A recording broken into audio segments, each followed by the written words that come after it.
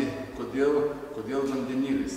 Na, turbūt visi žinom, kad yra tokia problema, kad vis dėlto iškastiniai energijos šaltiniai, jų atsargos mažėja, taip pat jų kaina auga. Na, šiuo metu kaina yra, manau, laikinai tik sumažėjusi, už kiek laiko vandenilis, tai yra degalai, vėl jų kaina pradės augti. Ir dėl to ieškoma alternatyvių energijos šaltinių, kurie būtų ir pigesni, ir lengviau prieinami, ir tuo pačiu labai svarbu yra toks dalykas kaip ir ekologija. Na, kaip matom, yra vienas iš pagrindinių iškastinių šaltinių energijos yra nafta. Pagal mokslininkų tyrimus mes šiuo metu esame pasaulyje didžiausiai išgaunama naftos, iš žvalgytų šaltinių yra ir daugiau, bet tie šaltiniai vis dėlto yra sunkiau pasiekiami ir jų kiekiai mažėja. Na, pagal šitą skaidrę matome, kad atsiranda nauji energijos šaltiniai, kaip ir saulė, ir bus ir vėjas, ir vanduo, tai reikia juos stengtis ir panaudoti. Na, jeigu kalbant apie transportą, kokie degalai būtų naudojami ateityje, kurie pakeistų benziną ir dizeliną, tai gali būti naudojama ir dabar yra naudojama populiarus, reiškia, yra dujiniai vadinami automobiliai, kur naudojamos propano-butano dujos, kurios gaunamos naftos perdirbimo įmonėse, bet faktiškai šaltinis yra ta pati nafta. Kitas šaltinis – gamtinės dujos, gali būti taip pat degalai. Jų atsargos yra ženkliai didesnės ir dabar pasaulyje šią kryptim gan intensyviai vystomas ir transportas, yra kuriami automobiliai tobulinami, kurie naudoja gamtinės dujas. Na, aišku, problema yra degalinių tinklas. Reiškia, nes gamtinių dujų turbūt, ar galite pasakyti, kur Vilniuje galima užsipildyti gamtiniam dujom automobiliai? Ar kas nors iš jūsų žinot? Bet turbūt matėt, kad viešojo transporto autobusai važiuoja ant viršaus yra balionai, kur yra suslėgtos gamtinės dujos. Reiškia, kažkur tai yra galimybė užsipildyti. Tai va ta galimybė yra būtent Vilniaus autobusų parke. Yra degalinė, kur galima užsipildyti gamtiniam dujom, ir šalia autobusų parko yra degalinė, kur gali ir klientai užsipildyti dujomis. Ir dabar Vilniuje jau yra ne vienas automobilis, kurie naudojasi būtent šitais degalais. Na ir perspektyvoje panaudojimas tikrai didės, yra kuriami tinklai degalinių gamtinių dujų ir taip pat yra numatyti ir Lietuvoje, kad bus kuriami tinklai. Ypač dabar, kai atsirado Klaipėdoje terminalas gamtinių dujų, į kurį bus atgabenamos suskystintos gamtinės dujos, yra tokia galimybė, kad net tas neišgarinus šitų dujų, suskystintas dujas, pervežti į tam tikras vietas, kur būtų užpildymo stotis ir tiesiai, reiškia, perpumpuoti į automobilį ir net perpumpuoti į suskystintas gamtinės dujas, net jas neišdujinus, o pačiam automobilė būtų galima jas išdujinti. Tada, reiškia, iškart būtų reikalingi mažesni tūriai tom dujom transportuoti. Na, iš seniau taip pat žinoma, kad net ir pirmas dizelinis variklis, jis būtent dirbo dizelio sukurtas inžinieriaus, dirbo riešutų aliejai. Tai va, yra kaip degalai alternatyvūs aliejai, alternatyvūs degalai, iš aliejų gaunamas biodizelinas, iš augalų gaunamas ir šiuo metu jau sintetiniu būdu, ir iš atliekų gali būti gaunamas spiritas, kaip pat ir biodizelinas šiuo metu jau gaunamas iš atliekų. Turbūt visi girdėjot, kad Nestės degalinė jau dabar prekiauja pro dizelių naujais degalais, tai būtent ten jau yra 15%, reiškia, bendros masės yra biodizelinas, kuris gaminamas iš celiuliozės, iš maisto pramonės atliekų ir jų savybės yra neblogesnės negu pačio dizelino. Na ir šiandien mes pakalbėsim apie dar vieną alternatyvų energijos šaltinį, tai būtent apie vandenilį. Nes gaminant degalus iš maistinių žaliavų yra problema, kad auga maisto kaina. Reiškia, tai lazda turi du galus, mes lyg tai turim alternatyvų degalų, bet kartu išauga, nes didėja poreikis maisto, jeigu tai gaminam iš maistinių augalų. Na, kitos alternatyvos tai būtų saulės energija, tačiau problema, kaip tą saulės energiją sukaupti. Na, degalai, tai vat yra tuo ir geri, kad degalai sukaupia saulės energiją, bet tam reikalinga žemė. Toliau gali būti vėjo energija naudojama, bet vėl problema, ją reikia sukaupti. Gali būti ir geoterminė energija naudojama, gali būti naudojama ir potvynio energija, ir yra kitos energijos rūšys, kurios taip pat galėtų jas efektyviai, tą energiją sukaupus, galėtų būti panaudojama ir transporte, konkrečiai vidaus degimo varikliuose.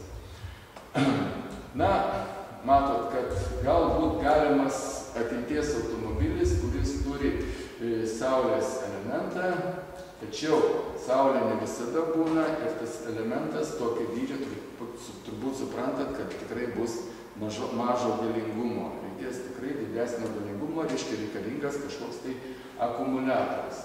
Tai vat vienas iš tokių būdų akumuliuoti energiją, tai būtent panaudoti vandenilį, nes jis tikrai yra labiausiai paplitęs elementas visatoje, tuo pačiu ir Žemėje.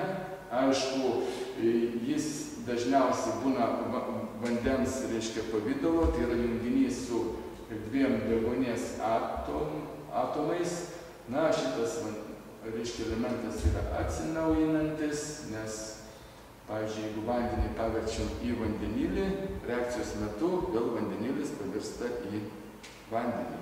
Na ir tuo pačiu ekologiškas, nes degant vandeniliui neišsiskiria nei anglis, nei angliavandeniliai, nes nesudegė, nes labai vandenilis efektyviai dega. Na, jeigu pažvelgtumėm į vandenilio ir tradicinių degalų savybės, kaip jau minėjau, kad vandenilis visiškai neturi anglies, reiškia degant, neišsiskiria šiltnamio efektą sukeliančios dujos, būtent CO2.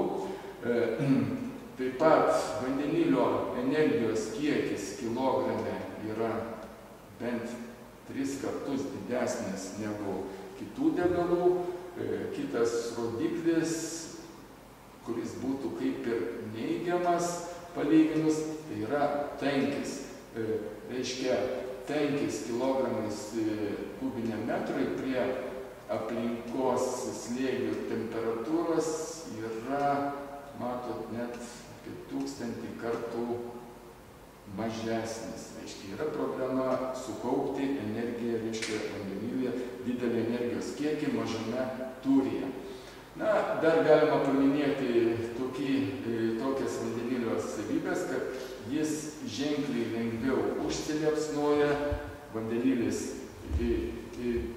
ženkliai greičiau dega, jis užsidega, reiškia, esant, vadinasi, yra toks parametras kaip liesas mišinys, esant mažam vandenilio kiekiu lengvai užsidega.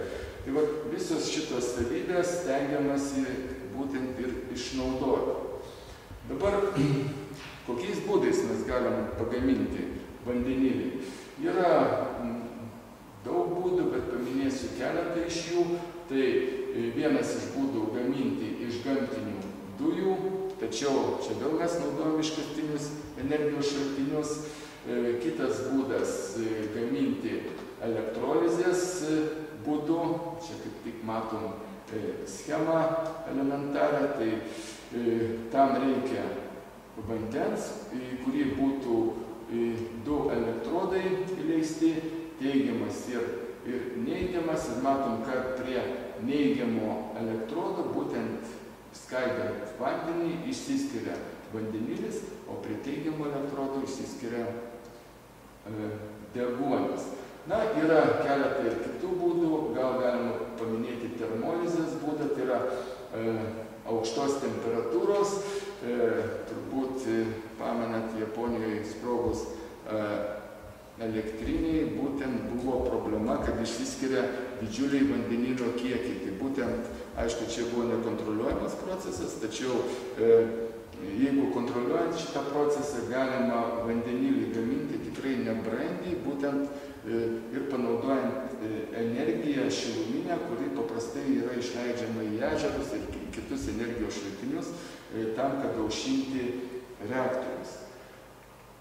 Ir, gan didelė problema yra vandenilio transportavimas, tai gali, tačiau yra technologijos, gan smarkiai gali suslėgti vandenilį, yra ir kitokie kaupimo būdai. Panašiai kaip ir į kempinį yra specialios medžiagos susigeria vandenilis ir po to pašildžius jis išsiskiria. Reiškia, ir tokie būdai yra galimybė transportuoti, tačiau optimalu būtų, kad naudoti vietinę gamybą. Matom čia pavyzdys, reiškia, tokios vietinės gamybos, kaip ir individualus namas galėtų turėti ir saulės elementus ir vėjo jėgainės, ir šitą energiją būtent panaudojama elektrolizei ir elektrolizės būdu, reiškia, pagaminti galima būtų net ir namų sąlygom vandenilį ir jį paskiau, pavyzdžiui, panaudoti ir automobilyje. Matom, čia būtent ir turime vandenilio panaudojimą automobilyje. Galimi keli būdai. Gal įvardinsiu 3 tokius būdus, kaip galima naudoti vandenilį automobilyje. Vienas iš būdų, tai būtent automobilis turi vidaus degimo variklį, kuris faktiškai nieko nesiskiria nuo tradicinio, ir vandenilis naudojamas kaip dujos. Kaip dujos, dujiniai degalai, kuriuos naudojant reikia vidaus degimo variklis.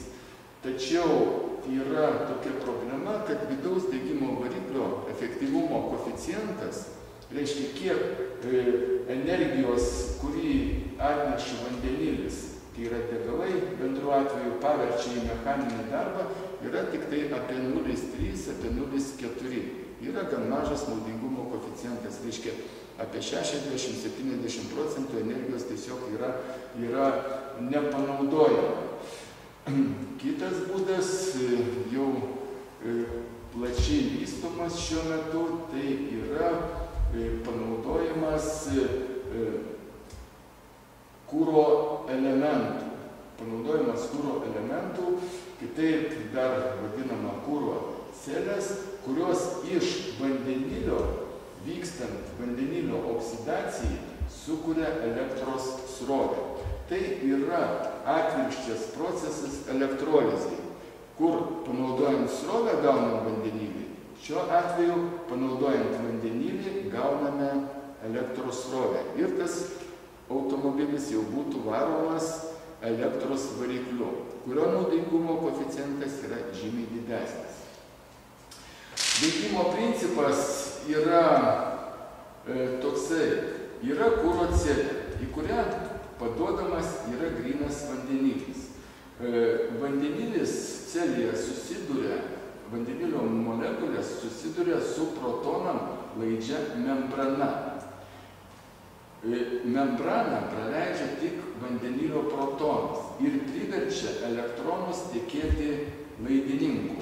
Ir būtent tame laidininkė ir sukuriama elektros srovė, kuri ir panaudojama automobilyje. Kitoje protono laidžios membranos pusėje susijungia, pratekėja protonai pro membraną, laidininkų atėję elektronai ir iš oro patekęs deguonis. Ir galutinis produktas pas mus yra vandens garai. Reiškia, yra tikrai ekologiškas elementas, šiuo metu jis yra gan smarkiai išvystytas ir jo naudingumo koeficientas jau siekia apie 0,6, 0,7, reiškia, tai yra apie 60–70% energijos yra paverčiama vandenilio energijos į elektros energiją. Na, kad būtų jums dar aiškiau, kaip veikia šitas automobilis, pažiūrėkime trumpą filmuką.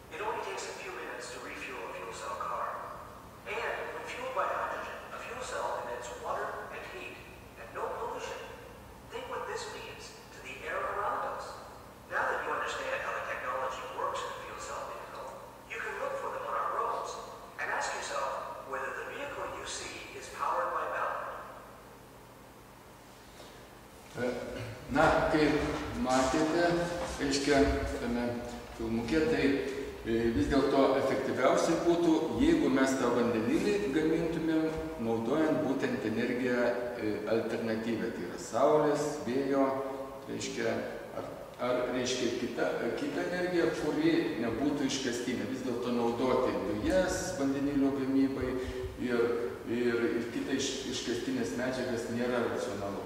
Na ir kad būtent tas automobilis toks veikia su kuro elementais. Kaip pavyzdys, lygiai prieš savaitę Vilniuje buvo pristatytas Hyundai modelis, būtent kuris turi kuro elementus. Matote, būtent vandenilio užpildymo čiaupas. Iš pirmo žvilgsnio atidarius variklio dangtį nelabai dar ir suprasi, kad tai nėra vidaus degimo variklis, tas skaičius tai galima pamatyti, kad čia kuro elementas. Na, bagažinėje, aišku, dėmesį atkreipia gan didelis balionas, kuris yra užpildytas suslėptų vandenilių. Šio vandenilio slėgis šitame automobilyje yra 700 barų. Yra tikrai didžiulis slėgis, nes, kaip jau minėjau, jis yra labai mažo tankio, norint išgauti tam tikrą sukaupti kiekį, reikia būtent arba suslėgti, arba suskystinti yra labai sudėtinga, nes jis garuoja prie minus 250 laipsnių pagal Celsijus. Faktiškai tokią temperatūrą išlaikyti labai yra sudėtinga. Tačiau suslėgtas vandenilis turi gerą savybę, jeigu įvyksta bako pažeidimas, tai būtent iš to bako vandenilis išeina per 1 sekundę. Reiškia, ir vandenilis yra labai lengvas, jis kyla į orą, aišku, ir jeigu kažkoks tai variantas degimo ar ką, vandenilis baigėsi, per 1 sekundę gali, sakant, kiti ir neužsidegti kitos medžiagos.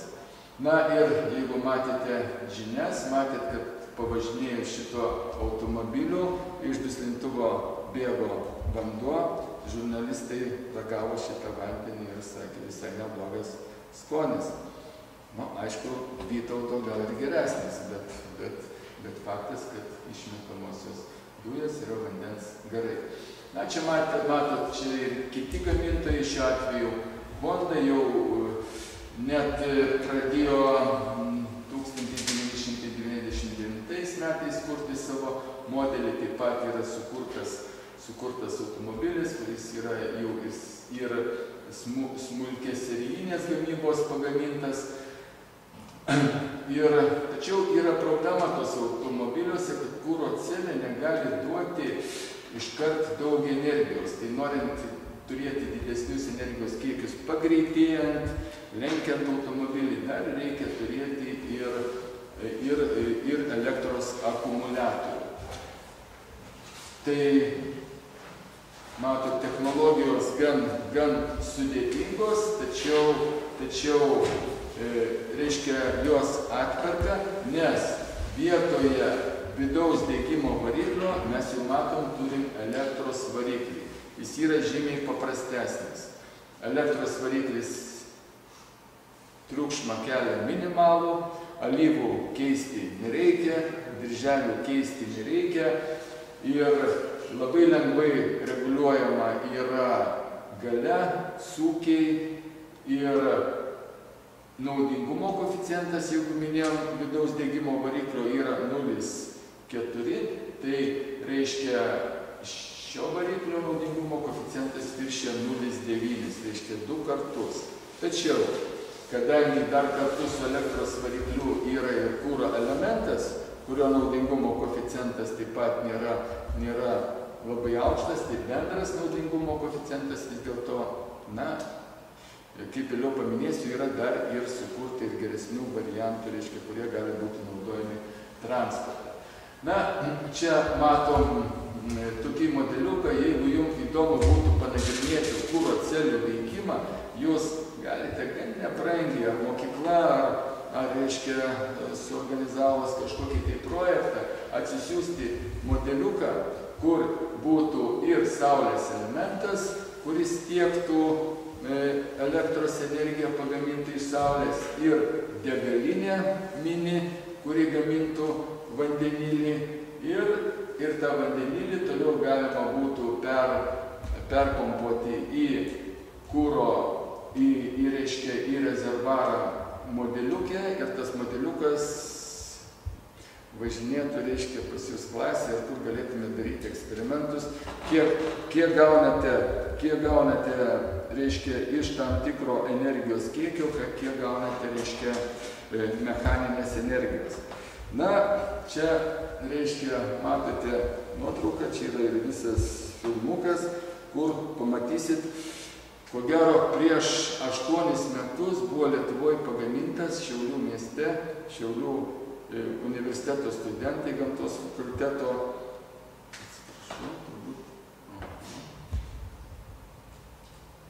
pagamino,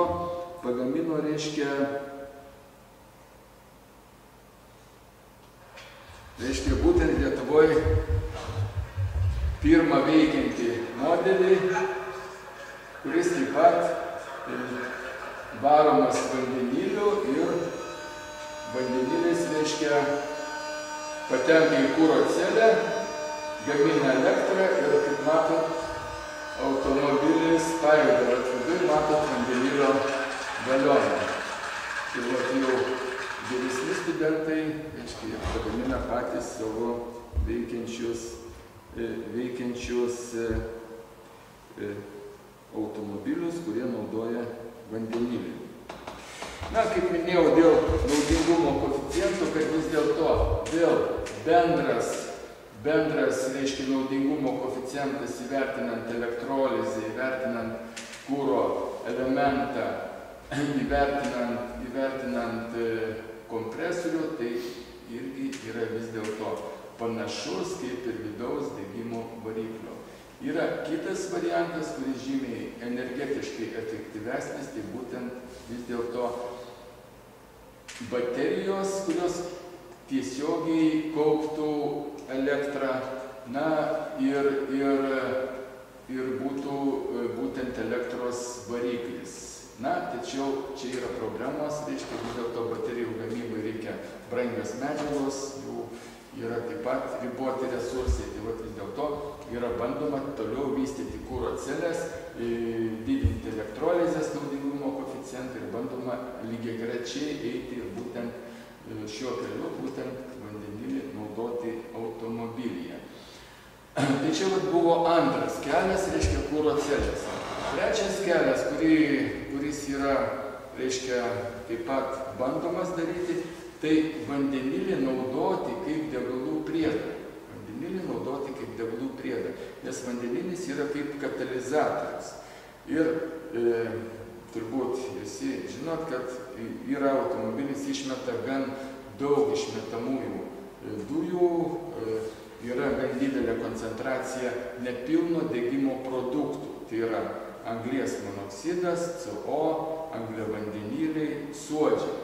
Ir čia mes turim tokią, čia su studentais universitete pagaminę įrangą, kuri sumontuojama yra pačiame automobilyje, naudojant baterijos energiją, aišku, energija gaunama iš to pačio variklio generatoriaus, mes elektrolizės būdu gaminam vandenilį ir kurį duodam kaip priedą į orą ir kartu į variklį paduodami degalai. Ir, reiškia, yra gaminamas šiuo atveju ne grynas vandenilis, o vadinamos brauno dujos. Brauno dujos tai yra vandenilio ir deguonies mišinys. Iš 1 kilogramo vandens mes galim pagaminti apie 1800 litrų šitų dujų. Tikrai daug. Ir reiškia, yra pagal tūrį 2/3 yra vandenilio, 1/3 yra deguonies. Nors pagal masę, matot, skirtumas yra tikrai atvirkštis. Tačiau vandenilis kaip aktyvus elementas, jis maišosi su degalais, skverbiasi į degalus, gerina šitų degalų degimą. Na, turbūt galite mieste pamatyti būtent tokį automobiliuką, mačiau ir kitokių variantų, kur būtent yra sumontuota panaši įranga ir atlikus tyrimus nustatyta, kad tikrai ekologija yra ženkliai pagerinama. Tačiau dažnai būna ant tokių reklaminių užrašų rašoma, kad sumažinamos degalų sąnaudos. Tačiau mūsų tyrimai parodė, kad vis dėlto degalų sąnaudos nėra mažinamos. Nes gaminant vandenilį, reiškia, yra nuostoliai, tas vandenilis, aišku, pagerina degimą, bet jis nėra toks ženklus pagerėjimas, kad būtent degalų sąnaudos, kaip dažnai rašoma reklamose, sumažėtų 20%.